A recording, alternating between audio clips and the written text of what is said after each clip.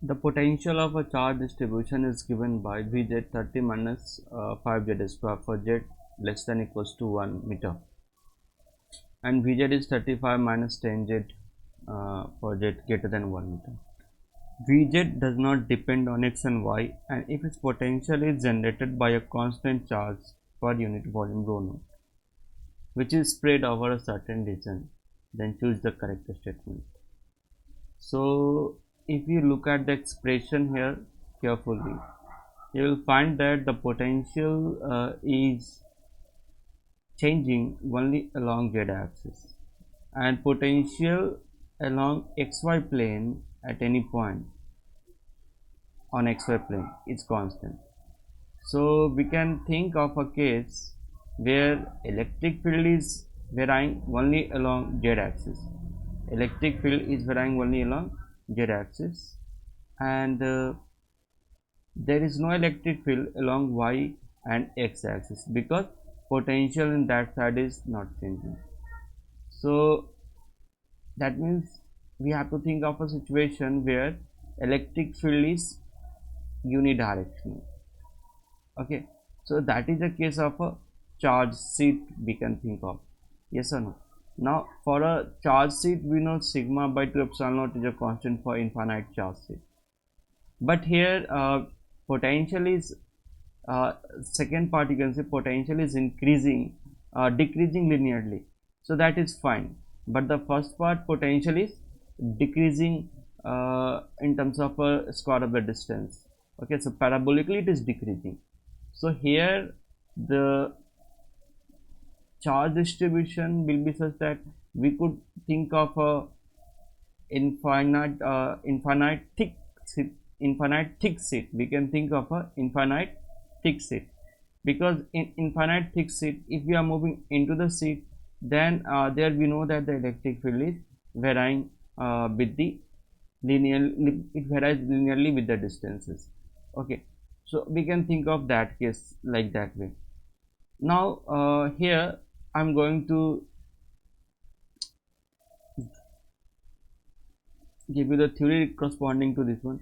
Let's say this is our Gaussian surface that I have assumed. Why I have assumed this kind of a Gaussian surfaces? It is because it is clearly visible that potential is changing only along x-axis. Potential is not changing along y and z axis. So if I write electric field here, let's say for z less than 1 meter, okay, then I will get E equals to minus of del V by del Z, and in that case we are going to get 5 times 2, that is 10Z. And then similarly uh, for Z greater than equals to 1 meter, we get the value of E, that is your 10. So you can see that electric field is constant for Z greater than 1, and electric field is variable for Z lesser than 1 here. So looking this expression, I can think of a case where I can assume that electric field is just along the x-axis, just along the z-axis. It is not changing along y and x.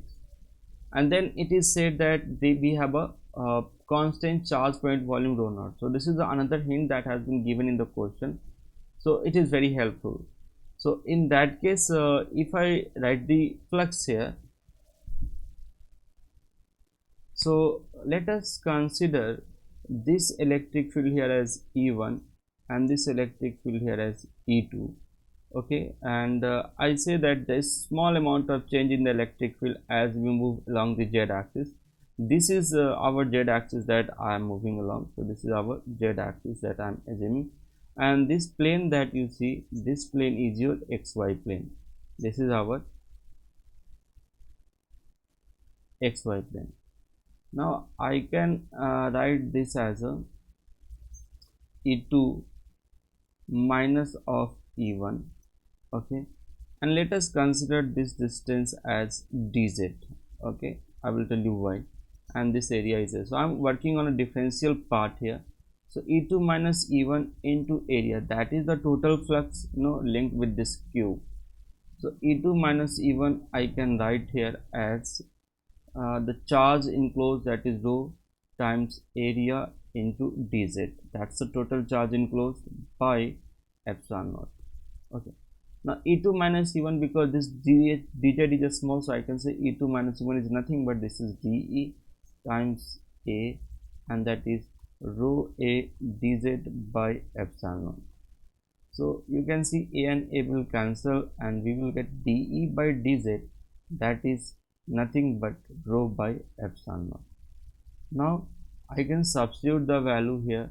So if I calculate for the first one, in the first case for z lesser than 1, if I calculate for z lesser than 1, for z lesser than 1, we will have here dE by dz equals to dE by dz, that is equals to 10, and that should be equated to rho by epsilon naught. So we will get here rho equals to 10 epsilon naught.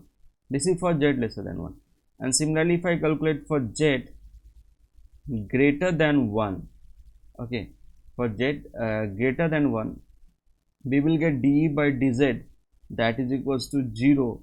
So I can write here as rho by epsilon naught equals to 0. So I will get rho equals to 0 here. So I can answer it like there is a charge distribution up to mod z equals to 1 meter, and then z greater than 1, charge distribution is 0. So the correct option is option 2 here.